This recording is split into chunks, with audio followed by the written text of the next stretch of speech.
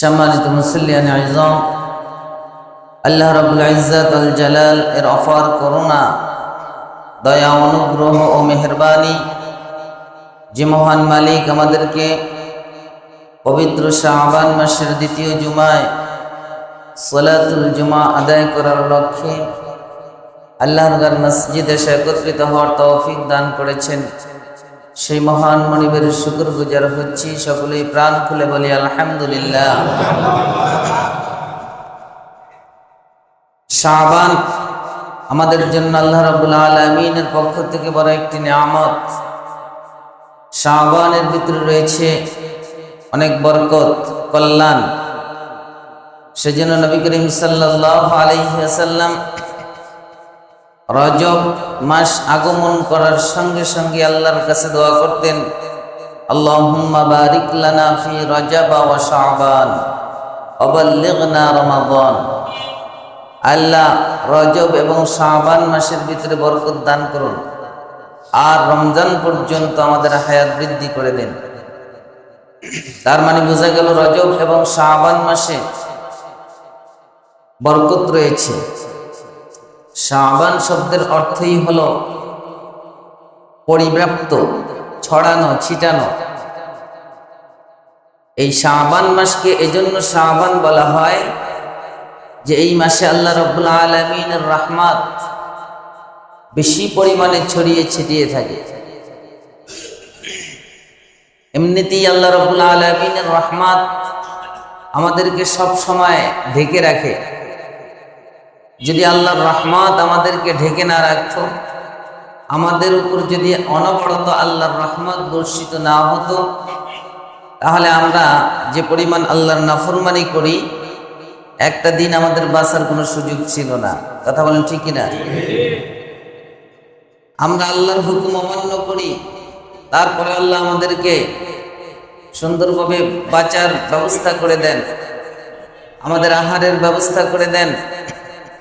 আল্লাহ তাআলা বলেন, ওয়াসিআত রাহমাতি কুল্লা শাই, আমার রহমত সব কিছুর উপরই পরিব্যাপ্ত হয়ে রয়েছে, সব কিছুর উপর ছড়িয়ে ছিটিয়ে রয়েছে। ওয়াসিআত রাহমাতি কুল্লা শাই ফাসাআকতুহা লিল্লাযিনা ইয়াত্তাকুন ওয়া ইউতুনাজ যাকাত। তবে এই রহমত আমি অচিরেই লিখে দেব তাদের জন্য যারা ইয়াত্তাকুন, আল্লাহ তাআলাকে ভয় করে, যারা মুত্তাকি, তাদের জন্য স্পেশাল এই রহমত আমি আল্লাহ লিখিতভাবে দান করব। সুবহানাল্লাহ। তো শাবান এই মাসের ভিতরে কল্যাণ রয়েছে, রহমত রয়েছে।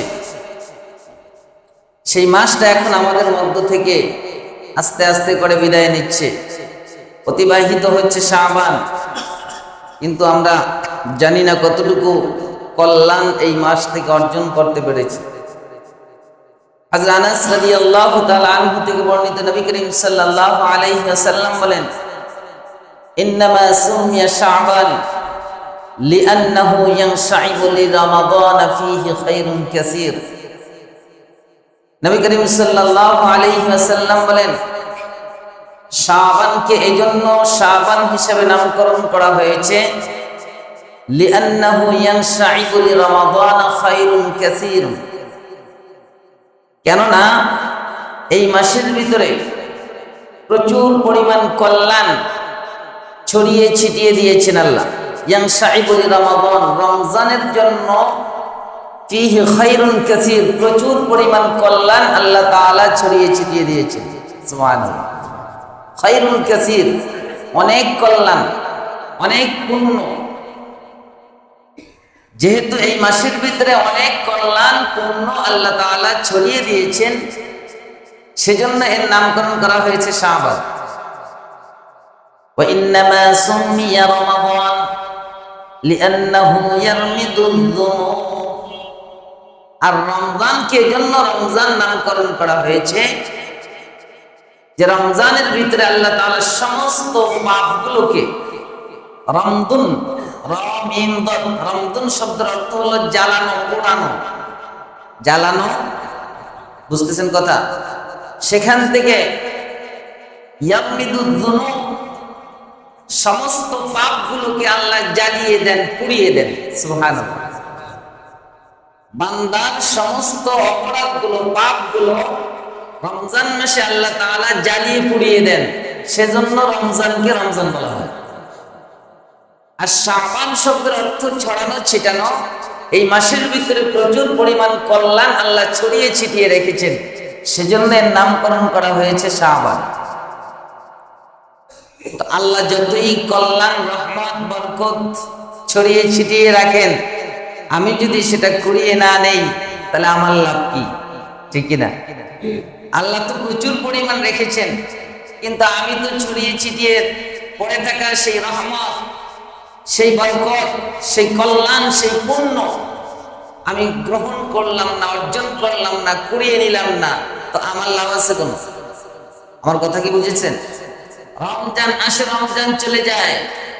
রমজানের নামকরণ করা হয়েছে যেহেতু পাপ আল্লাহ মুছে দেন, কুড়িয়ে দেন, কিন্তু আমার পাপ আমার পাপের জায়গায় রয়ে গেল। তো এই রমজানে আমার কি লাভ হলো? আমাদের ম্যাক্সিমাম ইমানদার মুসলমানের অবস্থা ঠিক এরকমই।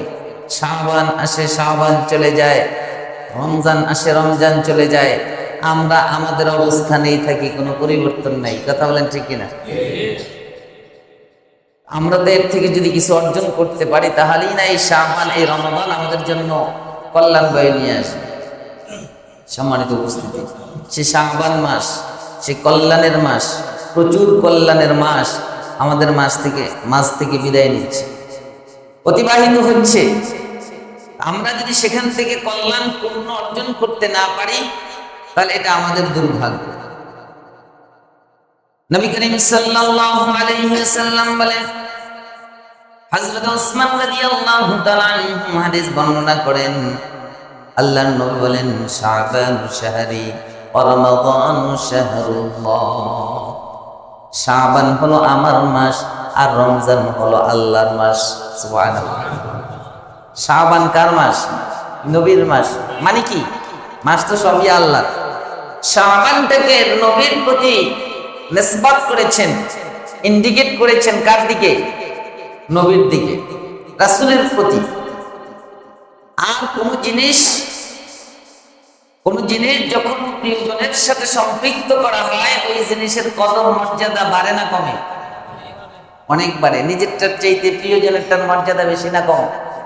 কথা কয় না? আমার একটা জিনিস, আমার পার্সোনাল ব্যক্তিগত জিনিস, এই জিনিসটার চাইতে আমার খুব প্রিয় একজন ব্যক্তি, তার জিনিসটার মর্যাদা আমারটার চাইতে বেশি না? কে আর বেশি কাজটা করে, নিজেরটা না প্রিয়জনেরটা? তো আল্লাহর নবী হলেন আল্লাহ রাব্বুল আলামিনের মাহবুব, প্রিয়, ঠিক না? শাবান মাসটাকে সেই নবীর প্রতি সম্পৃক্ত করা হয়েছে। আর এই সম্পৃক্ত করার কারণে এই মাসটার আলাদা একটা কেয়ারনেস, আলাদা একটা মর্যাদা আল্লাহর কাছে। সুবহানাল্লাহ। কারণ প্রিয় ব্যক্তির সাথে সম্পৃক্ত যেই জিনিস, দুনিয়ার মানুষ এটাকে খুব ভালোবাসে, ওটাকে খুব কেয়ার করে, সম্মান করে, মর্যাদা দেয়। শাবান মাসটাও আল্লাহর প্রিয় মাহবুব মুহাম্মদুর রাসূলুল্লাহ সাল্লাল্লাহু আলাইহি ওয়াসাল্লামের প্রতি সম্পৃক্ত হওয়ার কারণে আল্লাহর কাছে এটার মর্যাদা অনেক বেশি। অন্য হাদিসে এসেছে, নবীজি বললেন, ফাদলু শাবান আলাল আশহুর কাফদলি আলাল আনবিয়া। আল্লাহর নবী বলেন, শাবান মাস সমস্ত মাসের উপরে এমন মর্যাদাবান, যেমনি ভাবে আমি মুহাম্মদুর রাসূলুল্লাহ সাল্লাল্লাহু আলাইহি ওয়াসাল্লাম সমস্ত নবীদের উপর মর্যাদাবান। সমস্ত নবীদের উপর আল্লাহর নবী যেমন, ঠিক তেমনি ভাবে সমস্ত মাসের ভিতরে শাবান মাস ওরকম। সুবহানাল্লাহ। এরপরে আল্লাহর নবী বলেন, ফাদলু রমাদান আলাল আশহুর কাফদলিল্লাহি আলা সাইরিল মাখলুকাত। আল্লাহর নবী বলেন, রমজান মাসের মর্যাদা অন্যান্য মাসের উপর এমন যেমন সমস্ত সৃষ্টির উপর আল্লাহর মর্যাদা। সমস্ত সৃষ্টি জগতের উপর আল্লাহর মর্যাদা যেমন, সমস্ত মাসের ভিতরে রমজানের মর্যাদা ঠিক ওরকম। আর সমস্ত পয়গম্বর নবীদের ভিতরে আল্লাহর নবীর মর্যাদা যেমন, সমস্ত মাসের উপর শাবান মাসের মর্যাদা ওরকম। সেই মাসটা আমাদের ভিতরে আছে। শাইখ আব্দুল কাদের জিলানী রাহিমাহুল্লাহ বলেন, শাবান শব্দটা লিখতে 5টা শব্দ লাগে, 5টা অক্ষর হরফ লাগে। শাবান শব্দটা লিখতে 5টা হরফ। কয়টা? শিন, আইন, বা, আলিফ, নুন। শাবান 5টা হরফ। শেখ আব্দুল কাদের জিলানী রাহমাতুল্লাহ আলাইহি বলেন, এই 5টা হরফ দ্বারা 5টা জিনিসকে ইঙ্গিত করা হয়েছে। শিন দ্বারা শারফুন, শারফুন মানে হলো মর্যাদা। শারফুন মানে কি? তার মানে এই মাসের ভিতরে কেউ যদি আল্লাহর ইবাদত বেশি বেশি করতে পারে, আল্লাহ রাব্বুল আলামিন তার মর্যাদা বহুগুণ বাড়িয়ে দেন। আইন দ্বারা উলুগুন মানে হলো সমৃদ্ধি। উলুগুন মানে কি? কথা কয় না। উলুগুন অর্থ সমৃদ্ধি, প্রাচুর্যতা, সমৃদ্ধি। যে ব্যক্তি বেশি বেশি এই মাসের ভিতরে আল্লাহর ইবাদত করেন, বেশি বেশি আল্লাহর ইবাদত বন্দেগীর ভিতরে নিজেকে লিপ্ত রাখেন, আল্লাহ রাব্বুল আলামিন তার জীবনটাকে সমৃদ্ধশালী করে দেন। বা দ্বারা বিরুন অর্থাৎ হলো পূর্ণ নেকি। যে ব্যক্তি বেশি বেশি এই মাসের ভিতরে আল্লাহর দাসত্ব করবে, আল্লাহ রাব্বুল আলামিন অগণিত পুণ্য দ্বারা তার জীবনটাকে পূর্ণময় করে তুলবেন। এরপরে আলিফ দ্বারা ইন্ডিকেট করেছেন উলফাত। উলফাত মানে হলো ভালোবাসা। বান্দা যদি এই মাসে বেশি বেশি আল্লাহর ইবাদত করতে পারে, আল্লাহ রাব্বুল আলামিনের ভালোবাসা সে পেয়ে যাবে। কথা বুঝতেছেন? এরপরে নুন দ্বারা বুঝিয়েছেন নূরুন, তার মানে হলো আলো। বান্দা যদি বেশি বেশি এই মাসের ভিতরে আল্লাহ রাব্বুল আলামিনের ইবাদত করে, আল্লাহ তাআলা ঈমানের নূর আলো দ্বারা তাকে আলোকিত করে দিবেন। সুবহানাল্লাহ। এত কিছু পাওয়া যায়, এত কিছু পাওয়া যায়। শারফুন মর্যাদা, উলুগুন সমৃদ্ধি, বিররুন পুণ্য, উলফাত ভালোবাসা, নূর আলো, সব কিছু রয়েছে এই মাসের ভিতরে। সেজন্য এই মাসে ইবাদত বেশি করব না কম করব? না রমজানের জন্য অপেক্ষা করব? আর আমরা সবাই ওই কাজটাই করি, রমজানের জন্য অপেক্ষা করি, ঠিক কিনা? রমজানের জন্য অপেক্ষা করি, কখন রমজান আসবে তখন ইবাদত বন্দেগী শুরু করব। আর এই মাসে পুরা 5 ওয়াক্ত ফরজ নামাজও ছেড়ে দিই। কথা বলেন ঠিক কিনা? আর রমজান আসলে ফরজ মিস হয়, ফরজ, তাহাজ্জুদ, নফল কোনো কিছু বাদ যায় না। তার মানে বোঝা গেল কি রমজানের জন্য আমরা অপেক্ষা করতে থাকি না, এখন থেকেই শুরু করতে হবে। শাবান মাস আসলে পরে নবী করিম সাল্লাল্লাহু আলাইহি ওয়াসাল্লাম এত বেশি ইবাদত করতেন, এত বেশি আল্লাহর নবী বেশি বেশি ইবাদত করতেন। এমনকি এমন রোজা রাখতেন, আম্মা জান আয়েশা সিদ্দিকা রাদিয়াল্লাহু তাআলা আনহা বলেন, আল্লাহর নবী এত বেশি রমজান মাস, শাবান মাসে রোজা রাখতেন, রমজান ছাড়া এত বেশি রোজা অন্য কোনো মাসে রাখতেন না। আম্মা জান আয়েশা বললেন, ইয়া রাসূলুল্লাহ, আপনি শাবান মাসে এত বেশি রোজা কেন রাখেন? নবীজি বললেন, আয়েশা শুনো, শাবান মাসের ভিতরে আল্লাহ রাব্বুল আলামিন এই বছর যত মানুষের মৃত্যুর পরওয়ানা জারি করবেন, লিখবেন, শাবান মাসে এই বছরের সমস্ত মৃতদের তালিকা করেন, কারা কারা মরবে, কারা কারা মরবে, প্রত্যেকের তালিকার নাম লিপিবদ্ধ করা হয় শাবান মাসে। নবীজি বললেন, আয়েশা, আমি এই মাসে এর জন্য বেশি বেশি রোজা রাখি, আমার নামটা মৃত্যু পরওয়ানা আমার যখন জারি হবে তখন আমি যেন রোজাদার অবস্থায় থাকি, সেজন্য এই মাসে বেশি বেশি আমি রোজা রাখি। সুবহানাল্লাহ। কারণ এই মাসে যেহেতু মৃত্যু পরওয়ানা জারি, আমি তো জানি না আমার মরণ কোন বছর হবে, কোন দিন হবে। যদি এবছর হয়ে যায় তখন আমার মৃত্যু পরওয়ানা যখন জারি হবে ঠিক ওই মুহূর্তে আমি যাতে রোজাদার অবস্থায় থাকি, সেজন্য এই মাসে আমি বেশি বেশি রোজা রাখি। সুবহানাল্লাহ। কারণ হলো, যে ব্যক্তি যে অবস্থায় মৃত্যুবরণ করবেন, যে অবস্থার উপর মৃত্যু হবে, কিয়ামতের ময়দানে আল্লাহ তাআলা তাকে ঠিক ওই অবস্থার উপরেই উঠাবেন।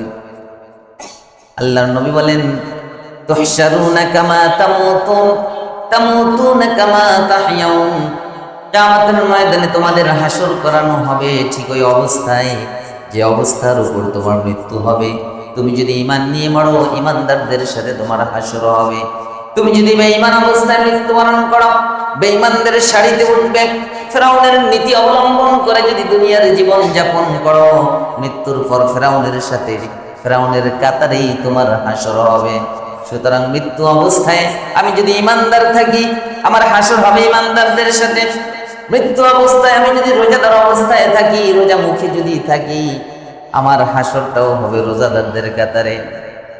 নবীজি বললেন, তুহশারুনা কামা তামুতুন তামুতুনা কামা তাহিয়াউন। আর তুমি মরবা ঠিক ওই অবস্থায়, যে অবস্থায় তুমি বাঁচবা। যে অবস্থায়, যে নীতির উপর আমি বাঁচবো, ঠিক ওই নীতির উপরই মরব। কথা বলেন ঠিক কিনা?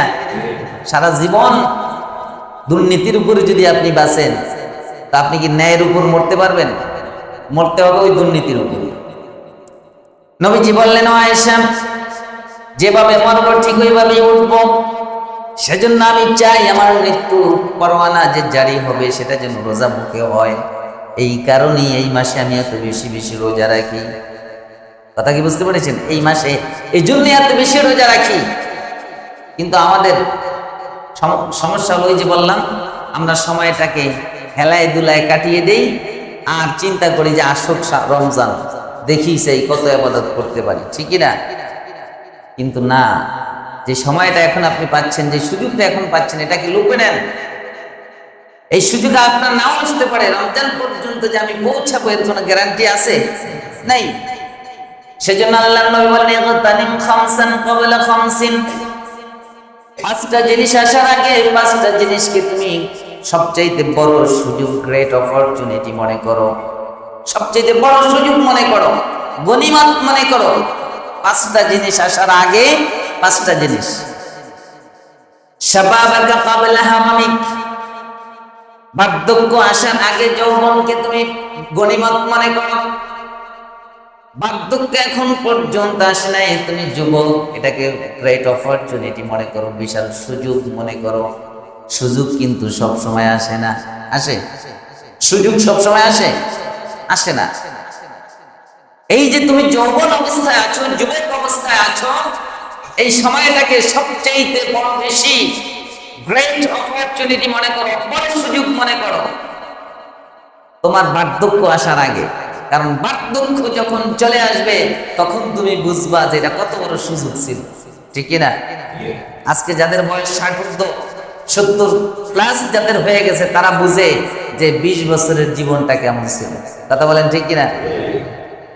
কিন্তু যাদের বয়স এখন 20 থেকে 30, 35, 40-এর ভিতরে আছে, এরা মনে করে সময় আসুক তারপরে ইবাদত করব। এই সুযোগটা হাতে, সুযোগটা হেলায় হেলায় কাটিয়ে দেয়। অথচ নবীজি বললেন, ইগতানিম খামসান ক্বাবলা খামসিন। পাঁচটা জিনিস আসার আগে পাঁচটা জিনিসকে সুযোগ মনে করো। তার ভিতরে একটা হলো বার্ধক্য আসার আগে যৌবনকে। যুবকের এই সময়টাকে গনিমত মনে করো, বিশাল সুযোগ মনে করো। কারণ যুবকরা যা পারে, বুড়ারা কি তা পারে? কথা বলেন, পারে? যারা যুবক ইয়াং, তাদের কাছে দুনিয়ার সব কিছু সম্ভব, ঠিক না? Everything is possible. তারা মনে করে যে আমি বিশ্ব জয় করে ফেলতে পারবো। আর বুড়ায় ঘর থেকে উজু করে এসে মসজিদে 2 রাকাত নামাজ পড়বে, এই সাহসও করে না। কথা বলেন ঠিক কিনা? যুবকরা কি পারে আমার দেশে দেখাই দিয়েছে না? কথা কেন দেখাইছে কিনা? 17 বছর পর্যন্ত বুড়ারা যা না পারছে যুবকরা করে দেখাই দিছে। কথা বলেন ঠিক কিনা? এরা যদি জেগে যায়, এরা যদি দাঁড়িয়ে যায়, ঐক্যবদ্ধ হয়ে যায়, তাহলে পৃথিবীর কোন শক্তি এদের কাছে শক্তি মনে হবে না। কথা বলেন ঠিক কিনা? সুতরাং এদের সাথে পাঙ্গা নেওয়া যাবে না। যাবে? আরে কথা কেন যাবে? একজনে নিছিল, ভুল একটাই করছে জীবনে, সারা জীবনের চাইতে বড় ভুল আর তার নাই। এক ভুলে, এই এক পাঙ্গায় একেবারে অস্তিত্ব বিলীন করে দিয়েছে। কথা বলেন ঠিক কিনা? মাঝে মধ্যে এখনো চেষ্টা করে, কিন্তু যুবকরা এখনো বুড়া হয় না। এত তাড়াতাড়ি বুড়া হয়েছে? 5 আগস্ট থেকে শুরু করে এখন পর্যন্ত মাত্র 6 মাস, এই যুবকরা কি বুড়া হয়েছে? হয়েছে? 5 ফেব্রুয়ারি রাত্রে দেখছেন না, আবার তারা জেগে উঠছে, আবার জেগে উঠেছে। সুতরাং তাদের সামনে পৃথিবীর কোন অপশক্তি দাঁড়াতে পারবে না। কোন দুশ্চরিত্রবান, কোন দুর্জন, কোন শত্রু এদের সামনে দাঁড়াতে পারবে না। এরা যদি ঐক্যবদ্ধ হয়, তবে এদের উচিত এদের এই শক্তিটাকে সঠিক পথে ব্যয় করা, ঠিক কিনা? এই যুবকদের ভিতরে এমন অনেক যুবক রয়েছে অন্যায়ের স্রোতে গা ভাসিয়ে দিয়ে তারা একেবারে নিজেদেরকে অন্যায়ের ভিতরে নিমজ্জিত রেখেছে। আবার এক শ্রেণীর যুবক রয়েছে অন্যায়ের বিরুদ্ধে তারা প্রতিবাদ মুখর হয়ে দাঁড়ায়। কথা বলেন ঠিক কিনা? তাহলে যুবকরা এই সময়টাকে গনিমত মনে করবে, সুযোগ মনে করবে। তার মানে কি? অন্যায়ের পক্ষে না ন্যায়ের পক্ষে? যারা বলেন অন্যায়ের পক্ষে না ন্যায়ের পক্ষে? ন্যায়ের পক্ষে। ন্যায়ের পক্ষে দাঁড়ালে এরা অনেক কিছু করতে পারে, এরা অনেক কিছু করতে পারে। আর এদের এই ইবাদতটা আল্লাহর কাছে সবচেয়ে বেশি প্রিয়। সুবহানাল্লাহ। আপনি বুড়া মানুষ সারাদিন মসজিদের কোণে বসে থেকে আল্লাহর কাছ থেকে যা আদায় করে নিতে পারবেন, এরা শুধু এসে 2 রাকাত ফরজ নামাজ পড়বে, আল্লাহ খুশি হয়ে যাবে। সুবহানাল্লাহ। আপনি তো এখন আসছেন উপায় না পেয়ে, উপায়ান্তর না পেয়ে আসছেন, এখন আর কাজে খাটে না, অকেজ হয়ে গেছে, ডেট ওভার হয়ে গেছে, সেজন্য এসে পড়ে থাকেন। কথা বলেন ঠিক কিনা? ওই যুবক যখন মসজিদে আসে তখন সে কিন্তু ওই জন্য আসে, সে সত্যিকার অর্থে আল্লাহকে খুশি করার জন্যই আসে। আপনি আসার ভিতরে আল্লাহ খুশি হবে না না হবে এটার ভিতরে ডাউট আছে। ডাউট আছে যে হুজুর আমাদেরকে কি অপমান করছেন? না, আপনারাও কিন্তু এরকম যুবক ছিলেন। আপনাদের এই বয়স ছিল কিনা? কথা কয় না, ছিল কিনা? না লাভ মেরে বুড়ো হয়ে গেছে? লাভ মেরে বুড়ো হয়ে গেছেন না, এই যৌবন পার করে তারপরে বৃদ্ধ হয়েছে। আপনি এখন আসছেন, আপনার উপায় নেই, না এসে উপায় নেই। আপনি এখন আর হামকি দমকি মারতে পারেন না। অন্যায় যেই কাজগুলো যুবকরা করতে পারে এগুলো আপনি করতে পারেন না, আপনারা দিয়ে কিছু হয় না, অকেজ ভাঙারি মাল, এটা আর কই যে বয়সা মসজিদের কোণে রয়েছে। আর এই ইয়াং যুবক যারা, এরা যখন মসজিদে আসে বুঝতে হবে এরা সত্যিকার অর্থে আল্লাহকে খুশি করার জন্যই আসে, ঠিক না? এরা ইচ্ছে করে অন্যায়ের সাথে গা ভাসিয়ে দিয়ে চলতে পারত, অন্যায়ের ভিতরে নিজেদেরকে ভাসিয়ে দিতে পারত, কিন্তু না, তারা ন্যায়ের পক্ষে দাঁড়িয়ে গেছে। কথা বলেন ঠিক কিনা? যুবক যারা আছে অন্যায়ের দিকে না ন্যায়ের দিকে? ন্যায়ের দিকে। নবীজি বললেন এটাকে বড় সুযোগ মনে কর, এটা আর আসবে না, একবার চলে গেলে আর আসবে আসবে না। সুতরাং এখন আছে, এখন পেয়েছো, ন্যায়ের পক্ষে তুমি এটাকে ব্যয় করো। এরপরে নবীজি বললেন অসিহাতাকা ক্বাবলা সুকমিক, তোমার অসুস্থতা আসার আগে যতদিন সুস্থ আছো এটাকে গনিমত মনে করো, বড় সুযোগ মনে করো। যে এখনো অসুস্থ হয় নাই, সুস্থ আছে, এই সময়টাকে তুমি আল্লাহর ইবাদতের ভিতরে নিমজ্জিত করো, আল্লাহর ইবাদতের ভিতরে ব্যয় করো। কালকে তুমি সুস্থ থাকবা, মসজিদে এসে নামাজ আদায় করতে পারবা, অন্যায়ের বিরুদ্ধে প্রতিবাদ করতে পারবা। এই সুযোগ তোমার হবে কি হবে না এর কোনো গ্যারান্টি নাই। সুতরাং অসুস্থ হয়ে যাওয়ার আগেই সুস্থতাটাকে সবচাইতে বড় গনিমত মনে করো।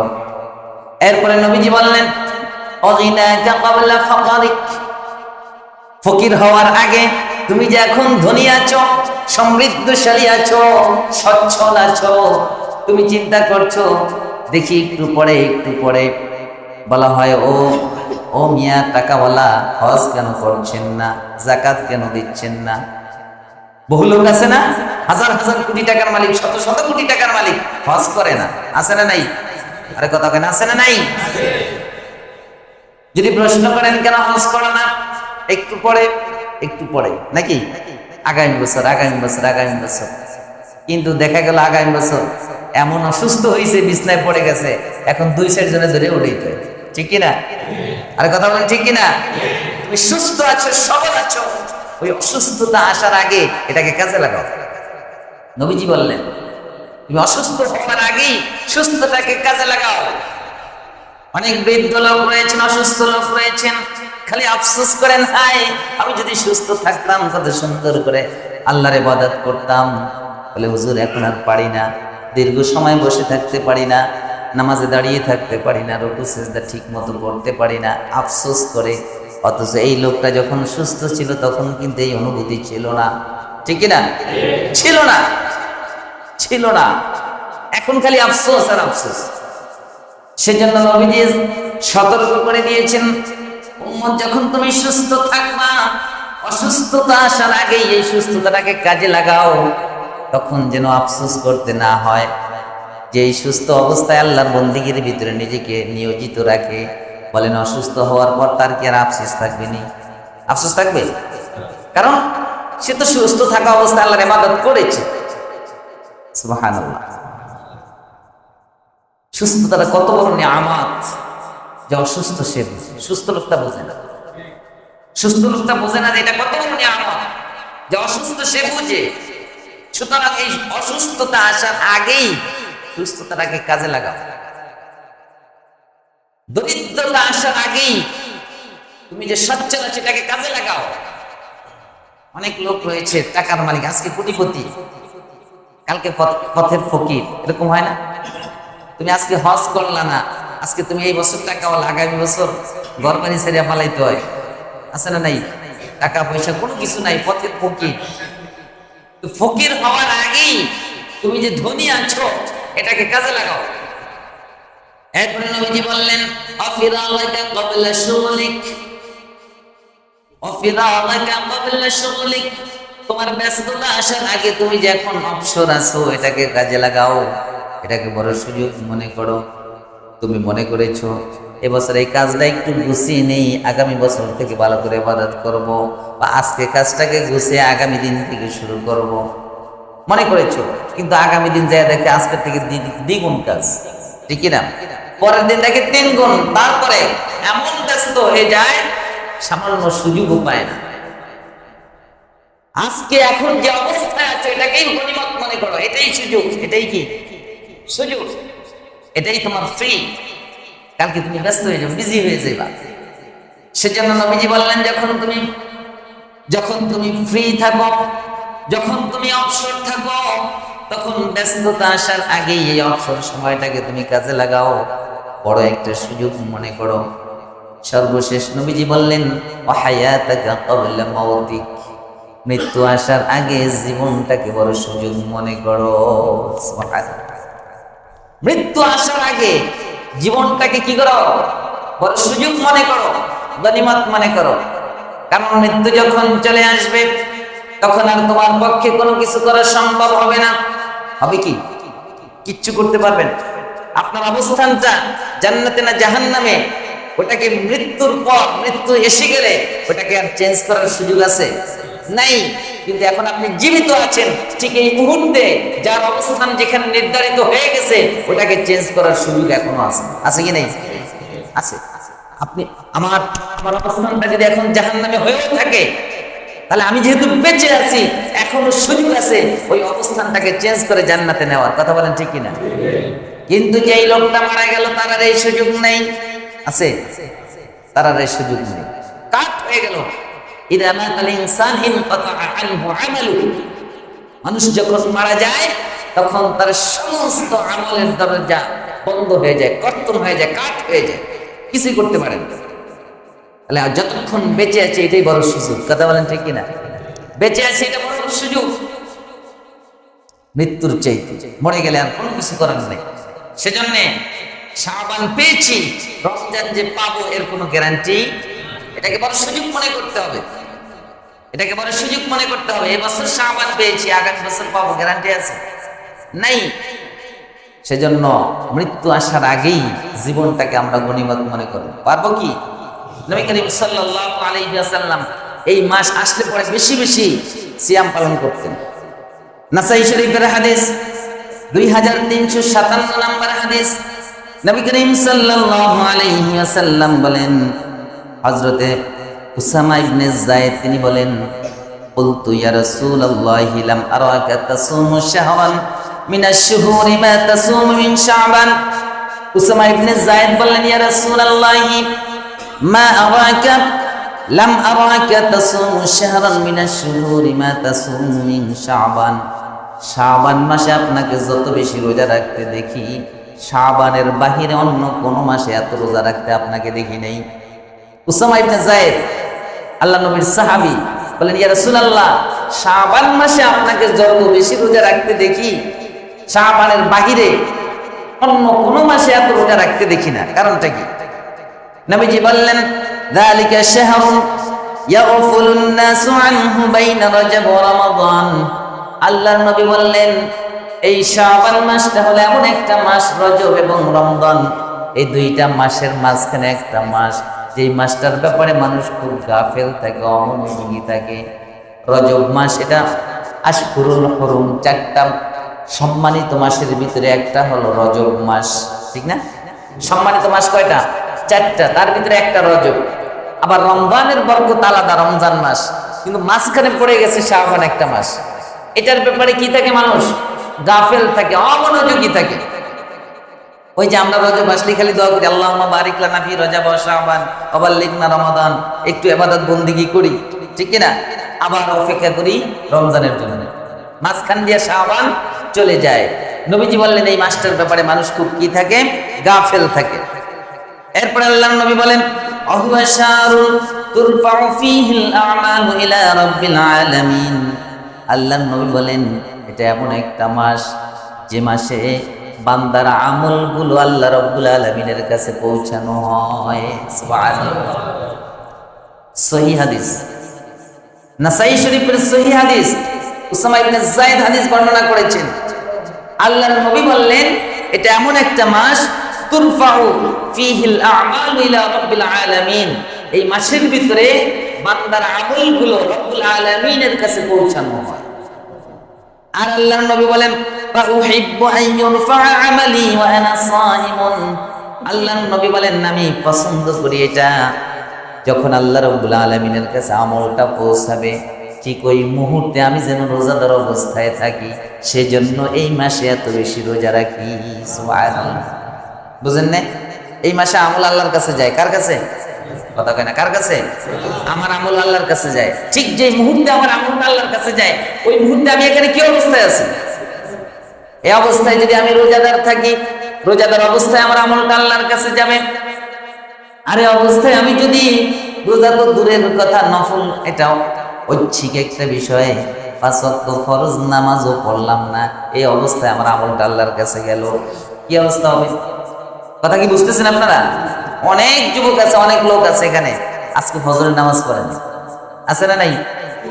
আহা, দুই একজনে যে কইছে, মানে বাকি সবাই মসজিদে আসে আজকে। ফজরের নামাজ আমি পড়াইছি এখানে আজকে, দেখছি তো কারা কারা আসছে, কয় কাতার হয়েছে দেখছি না? কথা কয় না, দেখছি কি না?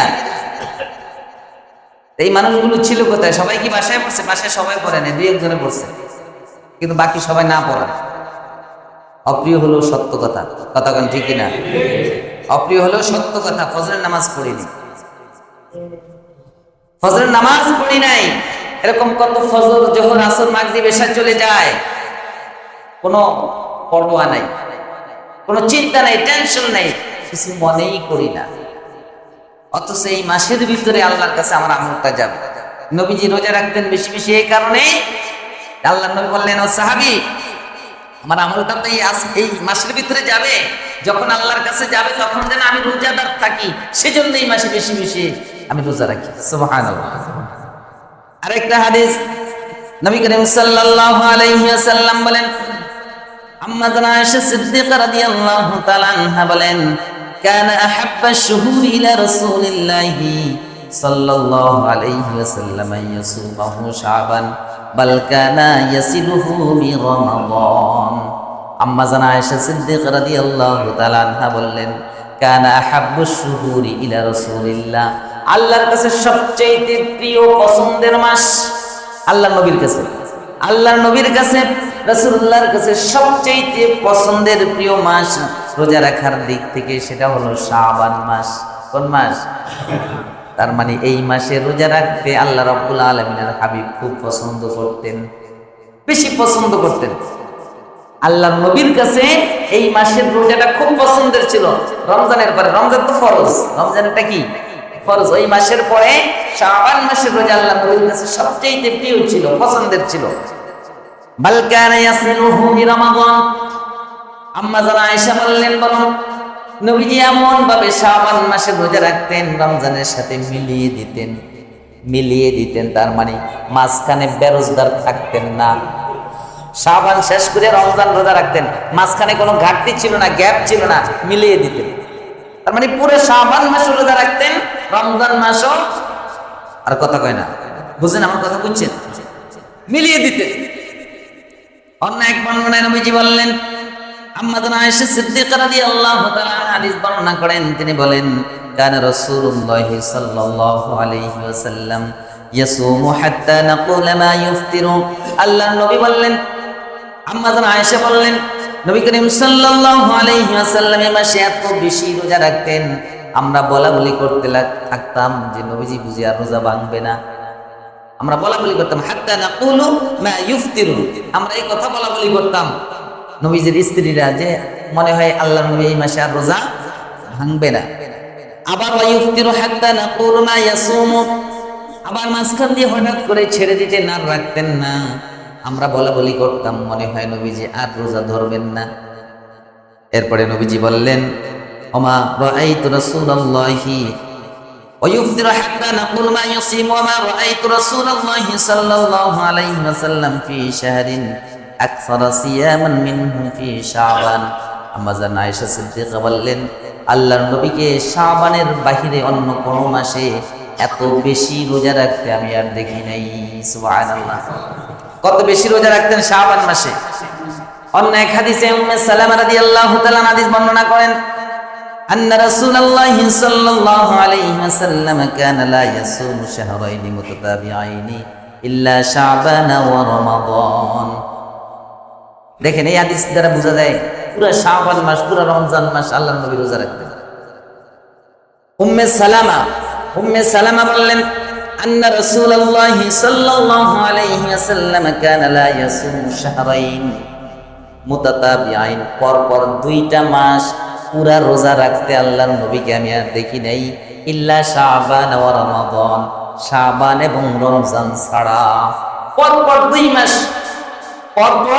দুই মাস একসাথে রোজা রাখতে দেখেন নাই শাবান এবং রমজান ছাড়া। অর্থাৎ নবীজি শাবান এবং রমজান মাস পরপর 2 মাস একসাথে রোজা রাখতেন।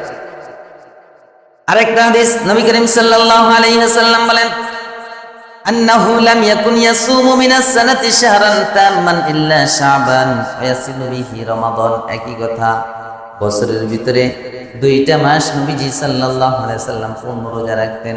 এটা হলো শাবান এবং রমজান মাস, এবং শাবানটাকে রমজানের সাথে আল্লাহর নবী মিলিয়ে দিতেন। সুবহানাল্লাহ, মিলিয়ে দিতেন। তার মানে নন স্টপ না করে শাবানের রোজা স্টপ না করে রমজান রাখতেন, একসাথে মিলিয়ে দিতেন। আমরা তো একটাও রাখি না, হয়তো বা 2-3টা 2-1 রাখি, ঠিক না? ওই 13, 14, 15 এই 3 তারিখে 3 দিনে 3টা অনেকে রাখি, অনেকে একটা রাখি, 2টা রাখি, কিন্তু বাকি আর খবর নাই। আর নবীজি রাখতেন পুরা মাস। আবার কখনো ছেড়ে দিতেন, পুরা মাস না রাখতেন না, বেশি সংখ্যক দিনই রোজা রাখতেন। তাহলে এই শাবান মাসে আমাদের আমলগুলো কি? এই অনেকগুলো একাধিক হাদিস, সব সহিহ হাদিস, এই হাদিসগুলো দ্বারা প্রমাণিত হয় এই মাসে বেশি বেশি আল্লাহর নবী রোজা রাখতেন। তা আমরা যদি নবীর আশিক হই, নবীর অনুসারী হই, তাহলে এই মাসে আমাদের কি করা উচিত? বেশি বেশি রোজা রাখা। কি করা উচিত? বেশি বেশি রোজা রাখা উচিত। এবং সাহাবায়ে কেরাম এই মাস আসলে পরে জাগতিক তাদের যত কাজ আছে সব গুটিয়ে নিতেন। কথা বুঝেন? কথা কি বুঝছেন? জাগতিক যত ব্যবসা বাণিজ্য, অফিস আদালতের যত কাজ আছে সব শাবান মাসের ভিতরে গুটিয়ে নিতেন, রমজানের জন্য কোনো কাজই রাখতেন না। এমনকি এই সমস্ত সাহাবায়ে কেরাম শাবান মাস আসলে পরে এত বেশি ইবাদত করতেন, আল্লাহর কাছে গুনাহ মাফ চাইতেন, শাবান মাসেই তাদের গুনাহ মাফ করিয়ে নিতেন। শাবান মাসে কমপ্লিট গুনাহ মাফ। রমজানে শুধুমাত্র মর্যাদা বৃদ্ধি করতেন ইবাদতের মাধ্যমে। সুবহানাল্লাহ, আপনার কোনো গুনাহ নাই, এরপরে যত ইবাদত করবেন এটা কি হয়? মর্যাদা বাড়ে। সাহাবায়ে কেরাম, নবী করিম সাল্লাল্লাহু আলাইহি ওয়াসাল্লাম, সাহাবায়ে কেরাম এদের আমল ছিল এই, রজব মাস আসলে পরে তারা রমজানের জন্য প্রস্তুতি গ্রহণ করত। শাবান মাসে তো তাদের সমস্ত ব্যবসা বাণিজ্য গুটিয়ে ফেলতো, রমজানে কোনো কাজ রাখতো না। আর আমরা হলাম এমন আল্লাহর নবীর আশিক, এমন আল্লাহর নবীর অনুসারী, সারা বছর অপেক্ষা করি কখন রমজান আসবে, ব্যবসা করব, ঠিক না? সমস্ত ব্যবসা রাইখা দিই কোন মাসের জন্য? আরে কথা না, কোন মাসের জন্য? আমাদের জন্য রমজান হলো ব্যবসার মৌসুম, আর নবী সাহাবী এদের কাছে রমজান হলো ইবাদতের মৌসুম। আমার কথা কি বুঝে আসছে? আমরা ঠিকই কাজ করি না? সমস্ত ব্যবসায়িকরা খালি তাকিয়ে থাকে কখন রমজান আসবে, ঈদ আসবে, ওরে ব্যবসা রে, ঠিক কিনা? রোজা রাখার সুযোগ পায় না, রোজা রাখার সুযোগ পায় না। আর আমরা বলি আমরা আল্লাহ নবীর আশিক, আল্লাহ নবীর আদর্শের অনুসারী। এরকম আশিক হইয়া, এরকম অনুসারী হইয়া জান্নাতে যাওয়া যাবে? যাবে? আল্লাহ নবী যা করতেন ওইভাবে করলে পরে আদর্শের আশিক হিসেবে নিজেদেরকে প্রমাণ করা যাবে, আশিক হিসেবে দাবি করা যায়।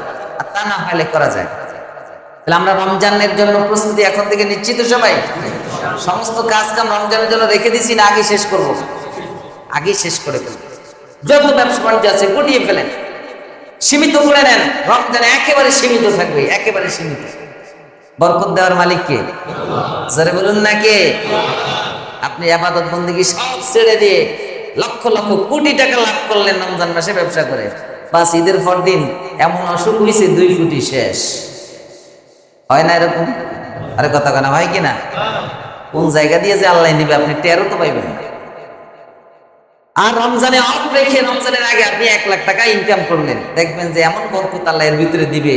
এই 1 কোটি টাকা দিয়ে যা করতে না পারবেন 1 লাখ টাকা দিয়ে এর চেয়ে বেশি কাজ আল্লাহ আপনাদের করে দেবে। সুবহানাল্লাহ। তাহলে বরকতের মালিক কে? আল্লাহ। এটা যেন আমরা বুঝে আসেন। আল্লাহ আমাদেরকে বুঝার তৌফিক দান করুন বলে আমিন। আখির দাওয়ানা আলহামদুলিল্লাহি রাব্বিল আলামিন।